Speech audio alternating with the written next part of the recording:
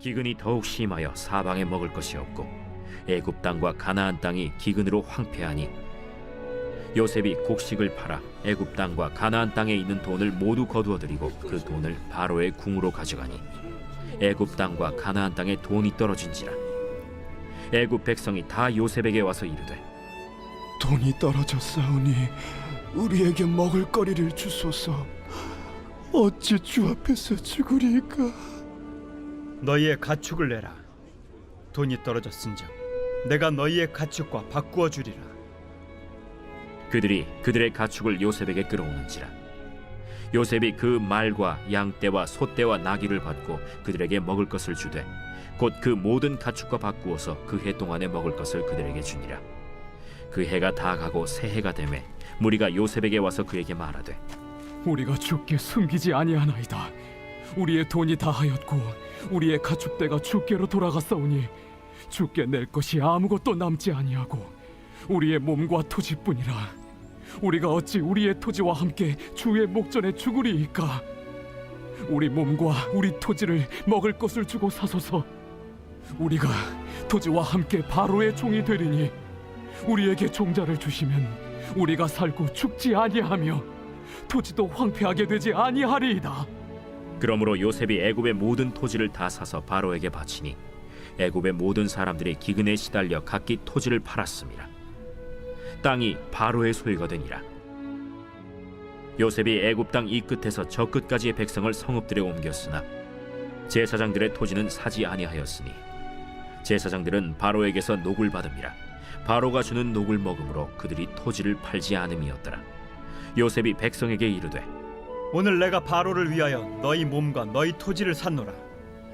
여기 종자가 있으니 너희는 그 땅에 뿌리라. 추수의 5분의 1을 바로에게 상납하고 5분의 4는 너희가 가져서 토지의 종자로도 삼고 너희의 양식으로도 삼고 너희 가족과 어린아이의 양식으로도 삼으라. 주께서 우리를 살리셨사오니 우리가 주께 은혜를 입고 바로의 종이 되겠나이다. 요셉이 애굽 토지법을 세우매 그 5분의 1이 바로에게 상납되나 제사장의 토지는 바로의 소유가 되지 아니하여 오늘날까지 이르니라. 사랑하는 우리 브라함만교회 성도 여러분, 주님의 이름으로 또 인사를 드립니다. 오늘도 특별한 날이죠. 우리 교회가 또 함께 시작하는, 제가 어제 설교 중에 말씀드렸습니다만 새 일에 7번에 3번에 7일, 그래서 새 일이죠. 21일 말씀 순종 기간의 첫 아침입니다. 또 우리 청소년들은 또 저녁에 말씀 보는 친구들 있을 수도 있을 것 같은데, 앞으로 21일 동안 우리는 매일 아침 또 매일 저녁 하나님의 말씀 앞에 서서 그 말씀을 듣고 믿고 순종하는 훈련을 하게 됩니다. 오늘 그 첫날인데 여러분의 결단을 축복하고 반드시 이 기간에 하나님께서 우리에게 주시는 말씀 붙들고 말씀과 더욱더 가까워지는 귀한 시간 되기를 원합니다. 우리가 함께 나눌 본문이 이 창세기 47장 13절에서 26절인데 요셉의 이야기죠. 근데 조금 낯선 장면이 나옵니다. 지금까지 우리가 알던 이 요셉은 형들에게 미움을 받아서 구덩이에 던져졌고 애굽의 노예로 팔려갔고 억울하게 감옥에 갇혔다가 하나님의 은혜로 총리가 된 인물이었어요. 드라마와 같은 인생을 산 역전의 주인공이었습니다. 근데 오늘 본문의 요셉은 좀 다릅니다. 그는 이제 애굽의 2인자로 총리였으니까 극심한 이 기근, 그러니까 이제 굶주림 속에서 나라 전체가 농사가 안 돼서 먹을 게 없는데 이 나라를 경영한 지혜자가 됐습니다. 7년 동안 비가 내리지 않는 세상을 여러분 상상할 수나 있어요? 1년이 뭐예요? 한 달, 2달만 가뭄이더라도 농사가 망하고 식량값이 치솟는데 7년입니다. 나일강마저 메말라가는 상황이었어요. 모든 것이 말라 죽고 가축들도 굶어 죽어납니다. 시장에는 먹을 것이 사라졌고 사람들은 저축해둔 돈으로 곡식을 사려고 줄을 서는 거예요. 이게 바로 이제 요셉의 이야기입니다. 오늘 요셉은 결국에 제목에도 나오고 있습니다. 요셉은 백성들을 살리는 통치를 했죠. 그래서 오늘 말씀의 핵심 단어는 살리다입니다. 오늘 아침 우리는 이 요셉의 이야기를 통해서 하나님께서 위기 속에서 어떻게 하나님의 백성을 살리시는지를 함께 배우게 될 것입니다. 오늘 본 말씀 가지고 첫 번째로 기억할 것은 위기는 하나님의 무대다라는 것입니다.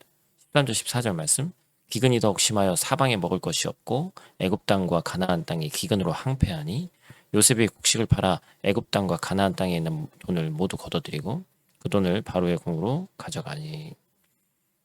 기근이 더욱 심했다라는 얘기는 이 원어적인 걸 보니까 무겁다, 짓누르다라는 뜻입니다.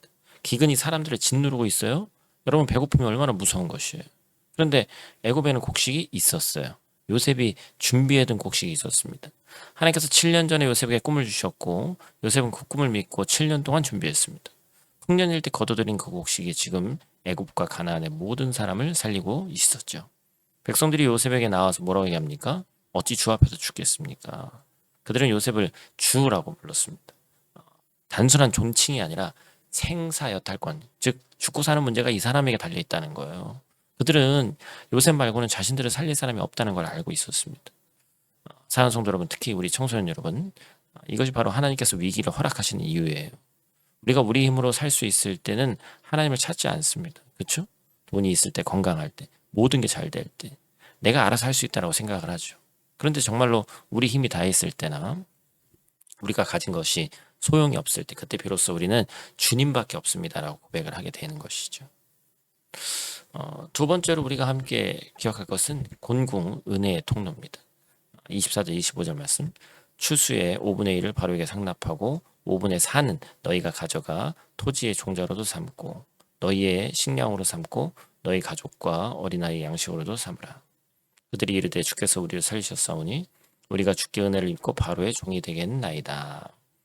여러분 여기서 살린다 라는 그런 이 고백은 뭐예요? 어찌 보면은 이들은 사실 뺏어가는 이 개념이니까 땅과 몸을 다 내놨는데 나라가 가져가니까 그들의 입에서는 불평이 나와야 되는 거예요. 그런데 주님께서 우리를 살리셨다, 주께서 우리를 살리셨다라고 이렇게 요셉에게 고백을 하고 있습니다. 살리다는 이브리어 원어를 보니까 단순히 죽지 않게 하다가 아니라 생명을 주다, 살아 숨쉬게 하다라는 뜻이에요. 요셉은 백성들에게 뭘 줬습니까? 23절 말씀 보니까 여기 뭐가 있다? 종자가 있다, 씨앗이 있다는 거예요. 요셉은 백성들에게 단순히 먹을 양식만 준 것이 아니라 씨앗을 심을 수 있는 종자를 줬습니다. 이게 무슨 의미예요? 예를 들어서 우리가 누군가를 도와주려고 합니다. 한 가지 방법은 그 사람에게 매일 밥을 사주는 거예요. 그럼 그 사람은 매일 여러분을 찾아올 것입니다. 또 다른 방법은 그 사람에게 일자리를 구해주거나 기술을 가르쳐주고 취직이 되면 그 사람이 스스로 살아갈 수 있게 되는 것이죠. 어떤 것이 진짜 도움이냐는 거예요. 요셉은 백성들에게 종자를 주었습니다. 너희는 이것을 땅에 뿌려라. 추수할 때 5분의 1은 바로에게 상납하고 5분의 4는 너희의 것이다. 그것으로 다음에 종자도 삼고 너희 양식도 삼고 너희 가족과 너희 어린아이들을 먹여 살려라라는 거예요. 여러분 이게 진짜 사랑 아닙니까? 일시적인 어떤 도움이 아니라 그 사람이 다시 일어날 수 있도록 돕는 것이죠. 요셉은 백성들이 영원히 구제받는 사람으로 남아있기를 원하지 않았습니다. 그들이 다시 농부가 되고 추수하고 가족을 먹여 살리기를 원한 거예요. 그래서 5분의 1 제도를 만들었습니다. 전부를 바치는 게 아니라 5분의 1이에요. 20%죠. 그 시대 다른 나라는 착취에 가까운 세금을 너무나도 많이 걷었습니다.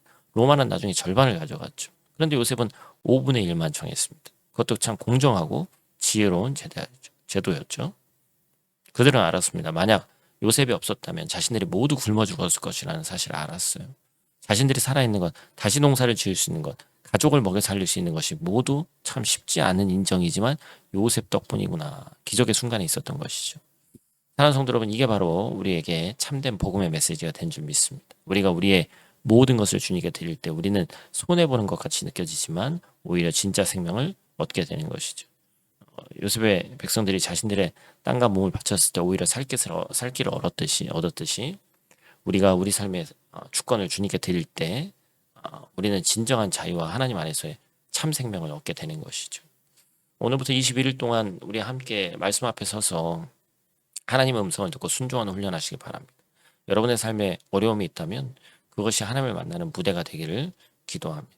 여러분이 주님께 드리는 모든 순종이 생명의 종자가 되어서 여러분과 여러분의 가족 그리고 이 교회를 우리가 살리는 귀하고 복된 21일이 또 되기를 간절히 축복합니다. 오늘 본 말씀 가지고 실천하기를 원하는 것은 이거는 그냥 어찌 보면 제가 짜내서 실천사항을 만들어낸 거예요. 여러분들이 이 쓰는 난도 다 있습니다만 특히나 작년들은 앱상에서 실천하는 것을 어떻게 할 것인가. 내가 하고 싶은 실천 하시면 됩니다. 이건 하나의 예시예요. 아셨죠? 어찌 보면 내가 붙들고 있는 게 시간일 수도 있고 돈일 수도 있고 관계도 있습니다. 그래서 이걸 이제 내려놓자는 거예요. 매일 30분씩 스마트폰 보는 시간을 말씀 묵상으로 그대로 바꾸고 얼마나 어려운 일이에요. 저도 잘 알고 있습니다. 이번 주 수입 용돈의 11조를 한번 드려보기도 하고 많은 부분에서 도전하는 거예요. 그리고 내 것에 대해서 확실히 알고 있으면 주님 것도 확실히 알아야 되는 거예요. 우리가 내가 끝까지 인간적인 생각으로 붙들고 있는 것은 무엇인가 꼭 깨달아 보시고 또한 오늘 하루의 말씀 가운데 승리하시기를 간절히 축복합니다. 오전엔 장년들이 꼭 오전 내에 말씀 나눠주시고 또 우리 저녁 시간에는 우리 청소년들 또 해서 말씀 나누고 실천하기는 어찌 보면 청소년들은 저녁에 보면 그 다음 날 이제 실천하기로 들어가도 됩니다. 아시겠죠? 그래서 말씀을 우리가 잘 듣고 실천하는 순종하는 믿음의 백성 되기를 원합니다. 우리 다 있는 자리에서 함께 기도하고 마치도록 하겠습니다. 모든 생명의 근원 되시는 아버지 하나님, 오늘 아침 요셉의 살리는 통치를 통해서 주님의 큰 뜻을 깨닫게 하시며 감사를 드립니다. 오늘부터 시작되는 새해의 21일 말씀 순종 기간을 축복하여 주시고 이 시간이 우리 성도들에게 특별히 우리 청소년들에게 주님을 더 깊이 만나고 주님의 음성을 듣고 순종하는 기쁨을 배우는 귀한 시간 되게 하여 주시옵소서. 우리 삶의 위기와 어려움이 주님을 만나는 무대가 되게 하시고 우리가 우리의 모든 것을 주님께 드릴 때 진정한 생명과 자유를 경험케 하여 주시옵소서. 주님께서 우리에게 주시는 이 종자 씨앗을 받아서 내일을 소망으로 살아가게 하시고 그 은혜를 다른 이들과 나누는 거룩한 하나님의 백성 되게 하여 주시옵소서. 오늘 하루도 주님의 인도하심을 따라 승리하고 우리 주께서 우리를 동행하셨고 살리셨다라고 믿음으로 고백하는 감사의 하루 되게 하여 주시옵소서. 우리 사랑하는 또 청소년들 학업 가운데 있습니다. 지혜를 더해 주셔서 하나님께 영광 돌리는 귀하고 복된 이 땅에서의 삶 될 수 있도록 하나님 도와 주시옵소서. 예수님 귀하신 이름으로 간절히 기도드립니다. 아멘.